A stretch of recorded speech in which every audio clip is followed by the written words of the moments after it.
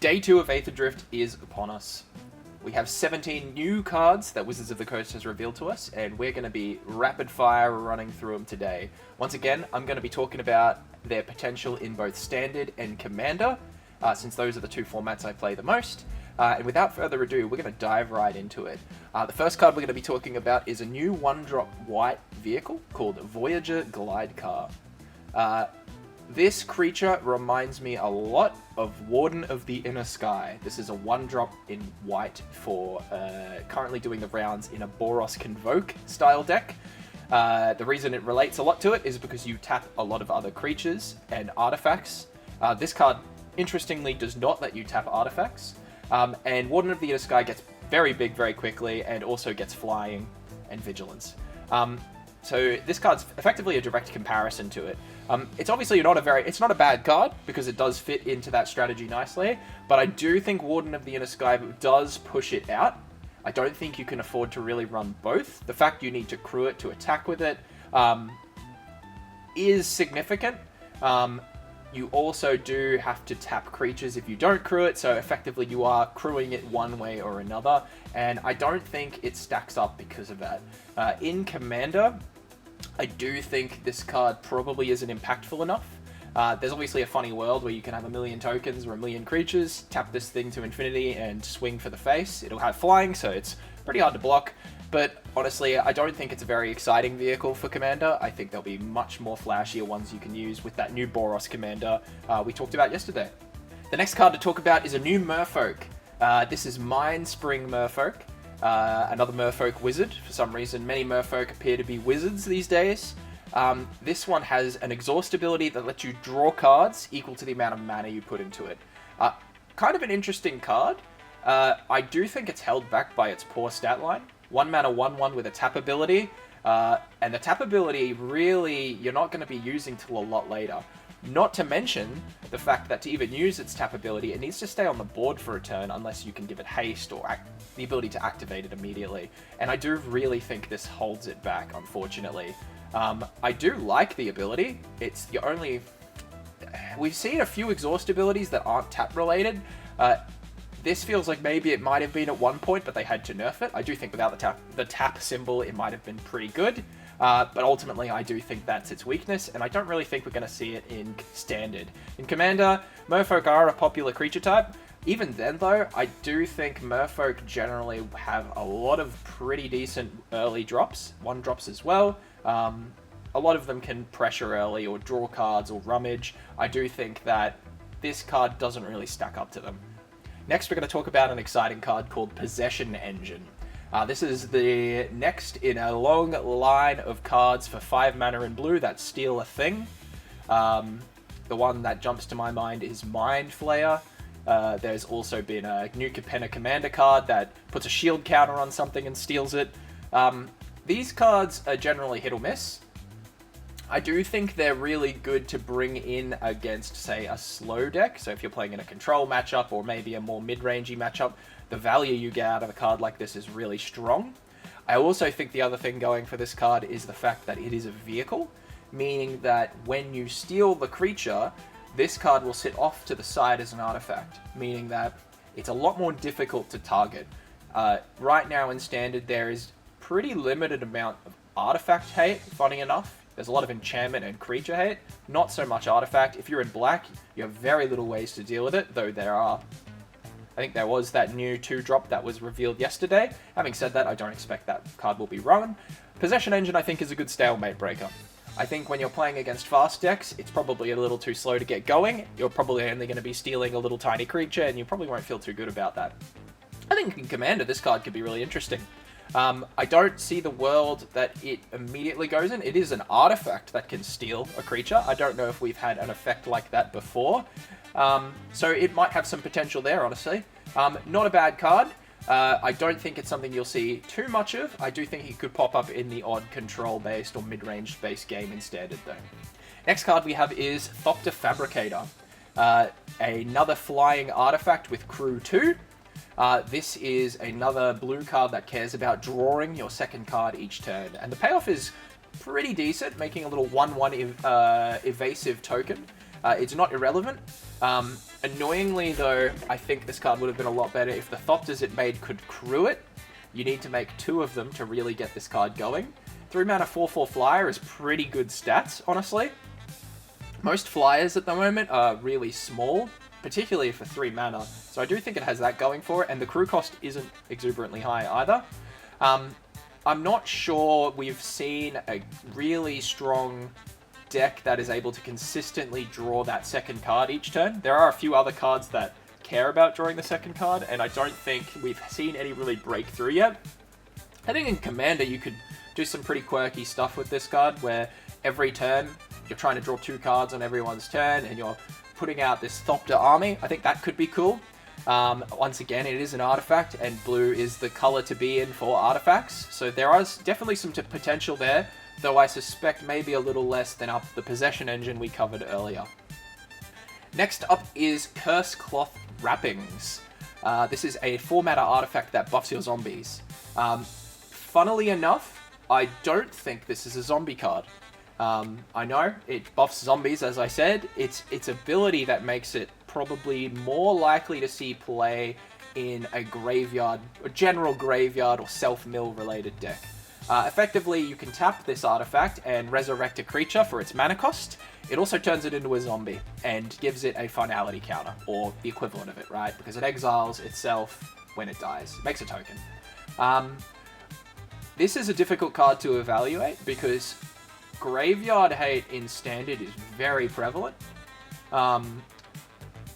I think there'll be multiple instances where you play this against someone, they see it coming, and then they go, right, I'm going to put in Ghost Vacuum or Rest in Peace, and then effectively you have a 4 mana card that doesn't really do anything. Obviously, if you are a zombie deck, you still get the buff. I think that could be relevant in Standard, though a lot of zombies are really good at replacing themselves already. They kind of don't need this boost. And so what you're kind of left with is a 4 mana give things +1/+1, which is really overpriced. This card, probably in Commander, is also another one of those cards that is not good enough to really make the strong zombie decks. I think, like I said earlier, zombies, particularly in blue and black, just have so many strong cards. At 4 mana, it competes with Necro Duality, which is basically play a zombie, get another zombie. I think Curse Cloth will struggle to find a home at the moment, unfortunately. I think in Standard, it's another one of those cards that could get there one day. The meta's probably too fast for a card like this for now, though. Our next card is Hour of Victory, a 3 mana enchantment with Start Your Engines. When it enters, you'll make a 2/2 zombie, interestingly enough. Then it has a very interesting effect that lets you effectively use Demonic Tutor. So once you're at max speed, you can then go into your deck and grab a card you need. I think because of that, there is definitely some potential in a card like this. I think this is the kind of card a zombie deck could run. Start Your Engines. The zombie deck probably doesn't need to really run anything else with that mechanic. I think over the course of a Commander game, you'll just fulfill that. And then when you are running out of steam, you can just pay 2 mana and go tutor for a card, which I think is pretty good. And this is basically offset by just making a 3 mana 2/2, which zombie decks, being as synergistic as they are, can probably make it a lot bigger or get a lot more value out of it. I think it's a lot better in Commander, but I do think it has potential in Standard.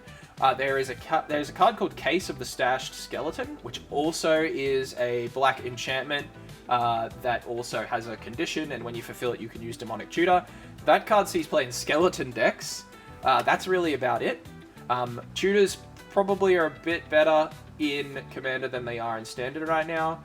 We got a few other tutors, like I think it's Diabolic Tutor. No, not Diabolic Tutor.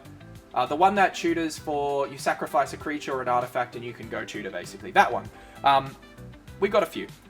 And I think this one has a lot to compete with. Definitely one to watch out for in Commander, though. Our next card is one I'm personally very excited about. This is Momentum Breaker. It is another black enchantment. For 2 mana, it comes in and forces your opponent to sacrifice a creature or artifact. Interestingly, if they don't have a target to sacrifice, you also make them discard a card. So it's not a dead card against a matchup that isn't playing creatures, which I think makes it pretty meaningful. Often you will, if you're playing a mid-rangey or control deck and you run into a similar deck, you're finding that your removal spells become a lot less useful. Interestingly as well, this card also has Start Your Engines, meaning on turn 2 you can use this as a means to effectively kickstart that mechanic while also removing a creature. And then also in a pinch, you can effectively eat it. It's 2 mana, gain life equal to your speed. Most of the time that's probably going to be 3 or 4, making it effectively a food token, which can help, honestly. I think this card will be one to watch in Standard. I think there may be if there is a Start Your Engines deck involving black, I reckon this could be the removal spell of choice for that deck. Obviously, it does have its shortcomings. It's sorcery speed, unlike Nowhere to Run, which is really prevalent at the moment. You can't play this on your opponent's turn. Having said that, though, being a sacrifice effect, it does get around Snakeskin Veil and Shardmaster's Rescue, all those sort of protection spells. So it also beats Indestructible and can kill things bigger than 3 health. So I think there's quite a bit going for Momentum Breaker, and I do expect to see this one in Standard. In Commander, it is an each opponent trigger. Sheoldred's Edict is quite an underrated card in Commander. That is starting to see a little bit more utility. But that card does offer a lot more flexibility. Having said that, though, if you play this on turn 2, you may snipe someone's Soul Ring. So I do think Momentum Breaker has potential because of that. And I do rate it quite well. Next card is Count on Luck. This is for 3 red pips. You can effectively impulse draw an extra card every turn. So you'll draw, and then you'll also impulse draw. So you can play a second card for the turn, otherwise it goes into exile. Interesting card, honestly. We had a card in the Fallout Commander set called Wild Wasteland that did a similar effect. I think that card's a really good Commander card, and I suspect Count on Luck will follow suit. I think the 3 red pips makes it a little bit constrictive. You're probably not going to be in more than 2 colors when you run this card. Having said that, though, Commander does have a lot of color fixing, so you may be able to make it work in 3 or 4 colors if you're really pushing it. I think, though, the consistency of playing this on 3 will come if you are in less colors. In Standard, I think this is a value card that could see play if Red has a strategy that is about lasting. So effectively, if Red doesn't kill you, or isn't about killing you in the first 4 or 5 turns, I think a card like Count on Luck could matter. It reminds me a bit of Phyrexian Arena in Standard, without the drawback of losing a life every turn, which could be important. I think it's got some potential.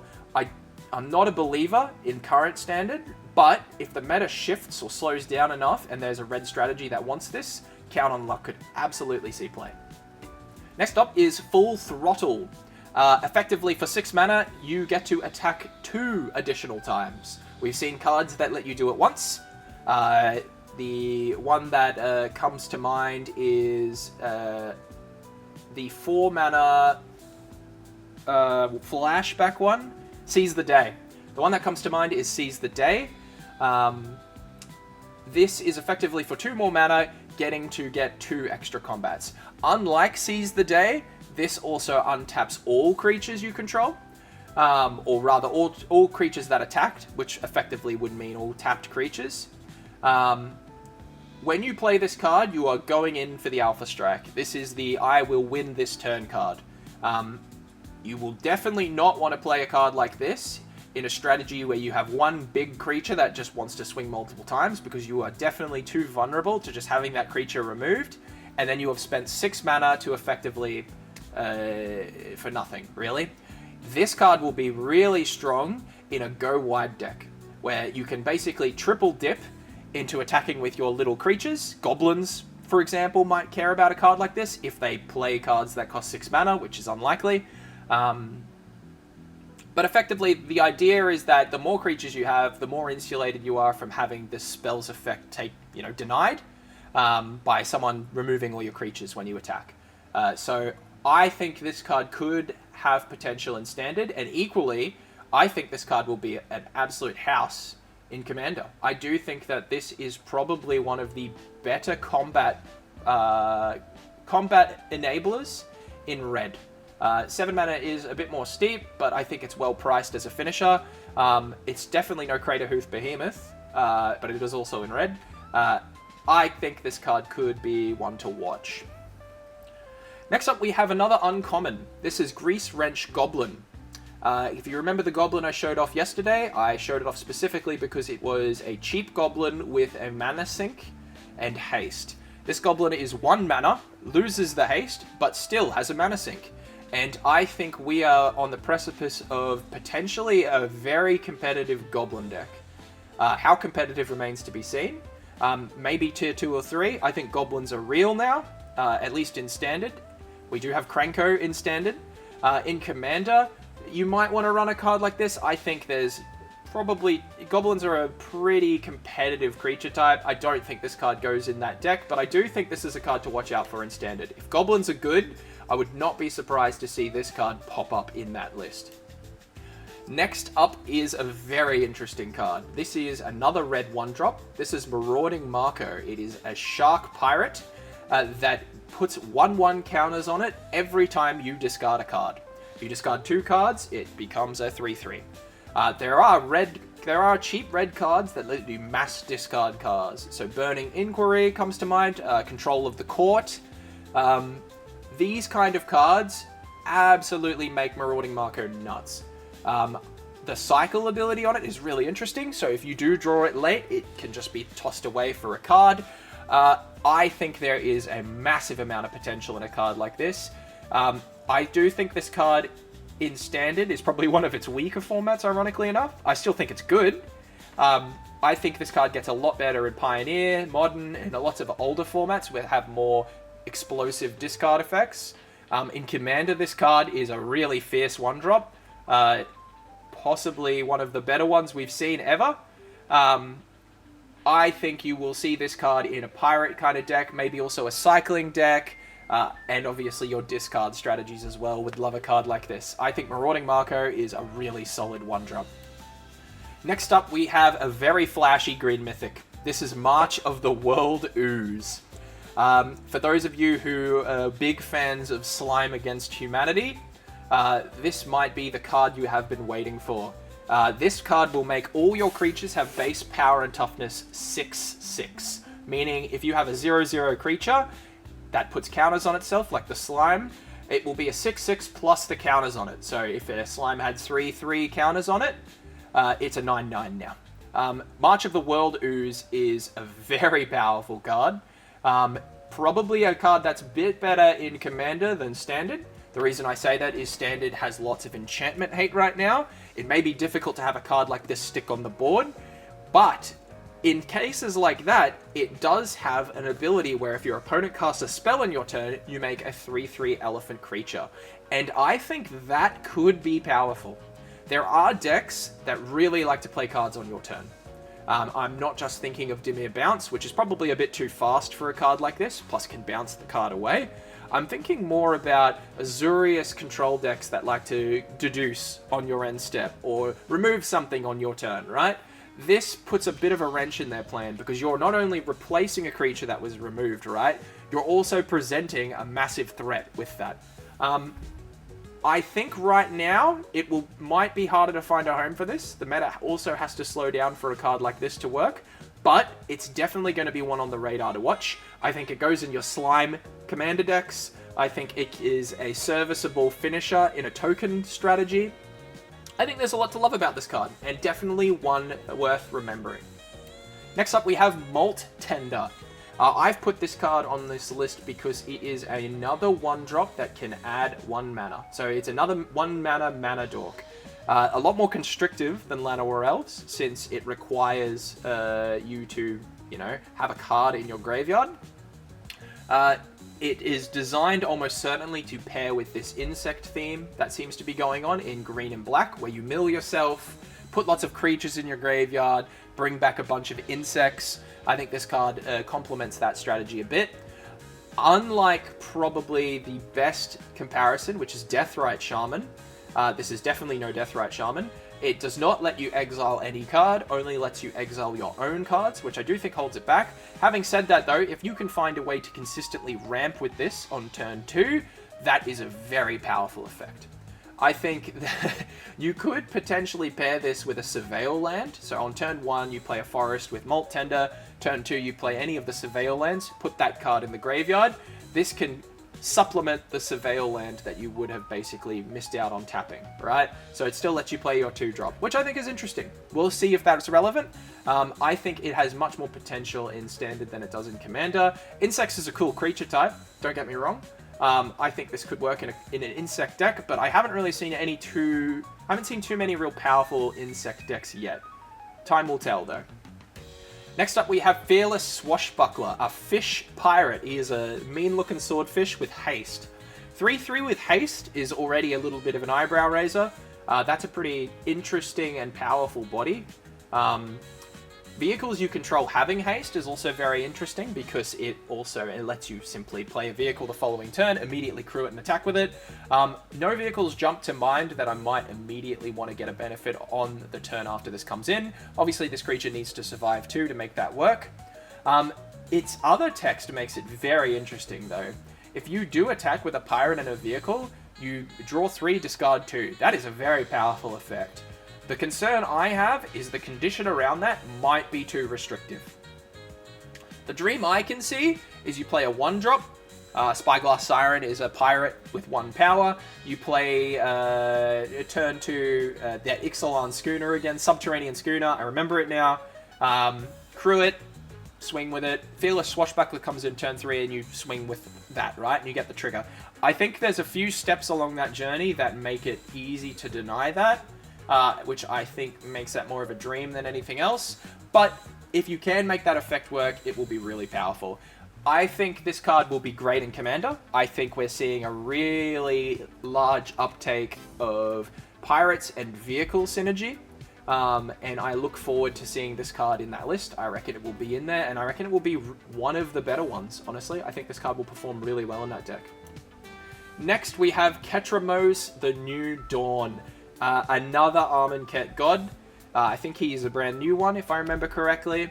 Like the other ones, he also has Indestructible, but he also comes with Menace and Lifelink. 3 mana, 4/4, so he has very good stats, can't attack or block, the usual shtick with these gods. His gimmick, however, is exile related. So once there are 7 or more cards in exile, he comes online. But perhaps the most exciting thing about him is his other text, where any time a card is put into exile during your turn, you can draw a card and lose 1 life. Obviously, this is a 1 or more effect, so if you Sunfall, I don't know why you would Sunfall with him on the board, but hypothetically, if you did, you would only get 1 trigger. Sunfall is a really great enabler to get him online, as long as he's not on the battlefield yet, which is why I do think that we could see a world where Ketramos appears in some sort of Orzhov mid-range or even Orzhov control deck. I think this is your card draw engine that I think that color combination has been looking for. The lifelink could be pretty relevant for recovering health later on in the game to get you back ahead. Difficult to block too. Menace is not irrelevant. Can't be chump blocked easily. So I do see a world where Ketramos becomes a pretty mean control card. I also think he's a pretty interesting commander too. I like his synergy in particular with cards like Ghost Vacuum, Relic of Progenitus, I think the card is called. These 1 mana, tap the card and exile a card. I think that turns them into, you know, your 1 mana draw and lose 1, which I think is pretty strong, honestly. Cards like Ghost Vacuum also have secondary abilities that make them win conditions. So I think Ketramos has a lot going for him, and I do think this card might inspire some decks to be built around him. Next up, we have a new Samut, the Driving Force, another D-Sparked Planeswalker. In true Samut fashion, there is a whole lot of keywords to cover here. First Strike, Vigilance, Haste. They're a 6 mana card with Start Your Engines. I'm going to say you're probably not going to be starting your engines with them when they enter play, unless that's not really the point of your deck. However, I kind of miss that given the fact that they synergize so much with that mechanic. The interesting thing to note about this card is the creature discount. So depending on how high your speed is, non-creature spells get cheaper. I think in Commander, there's almost certainly going to be some combo nonsense you can do with a card like this. In Standard, I think this card probably has not enough going for it. The non-creature spell, the discount's obviously great. I just don't think it's as abusable as it would be in a space like Commander where you have a massive card pool. The creature buff is cute. Again, this card doesn't really have protection. The haste is nice, so it can attack immediately, but I just don't see it working, unfortunately. Definitely a Commander staple, though. I reckon this will be a really strong Commander. And then last, we have a new Walker. So we had Walking Ballista, which is a very notoriously powerful card. This is like his cousin from Walmart. This is Market Back Walker. Another card that enters with XX counters on it equal to how much mana you spent on it. It can buff itself with counters as well. And then when it dies, draw a card for each counter on it. I think it's interesting. You would really only run this in a deck that cares a lot about artifacts and maybe has a way to make them really cheap. So if you can discount your artifacts enough and then effectively double dip into its cost to make this a really big card, that would be cool. No real ways to do that in Standard, unfortunately. The other world you'd run this in is if you were in a color or a deck that has such poor card draw that you felt obligated to run a card like this. For that reason, I don't really see this card seeing much play. Better in Commander than Standard. Again, we will see. That will wrap up all the spoilers for today. We're coming towards the end of the week, though I suspect there'll be a handful more spoilers to cover tomorrow. We have another whole week of spoiler season. I'm also planning to do a little bit more of an analytical video just on Commander in general, and maybe cover a little bit of Standard gameplay. I'm trying to go to the Pro Tour at the moment, so just looking to really stretch my knowledge by making videos like this as well. But thanks again for watching. If you really enjoyed it, feel free to shoot a like. Let me know in the comments how you found my reviews. If you think I'm full of shit, please tell me. Otherwise, I'll see you guys in the next one. Cheers!